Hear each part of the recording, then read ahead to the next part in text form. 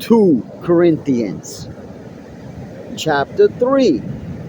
Are we beginning to commend ourselves again?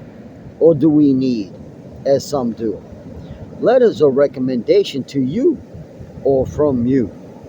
You yourselves are our letter of recommendation, written on our hearts, to be known and read by all. And you show that you are a letter from Christ, delivered by us, written not with ink, but with the Spirit of the living God, not on tablets of stone, but on tablets of human hearts. Such is the confidence that we have through Christ toward God. Not that we are sufficient in ourselves to claim anything as coming from us, but our sufficiency is from God, who has made us sufficient to be ministers of a new covenant, not of the letter, but of the Spirit. For the letter kills, but the Spirit gives life. Now, if the ministry of death, carved in letters on stone, came with such glory that the Israelites could not gaze at Moses' face because of its glory, which was being brought to an end, would not the ministry of the Spirit have even more glory? For if there was glory in the ministry of condemnation, the ministry of righteousness must far exceed it in glory.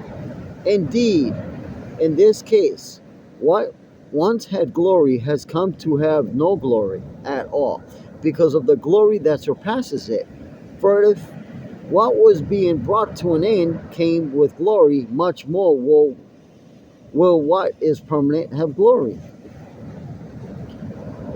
Since we have such a hope, we are very bold, not like Moses, who would put a veil over his face so that the Israelites might not gaze at the outcome of what was being brought to the end.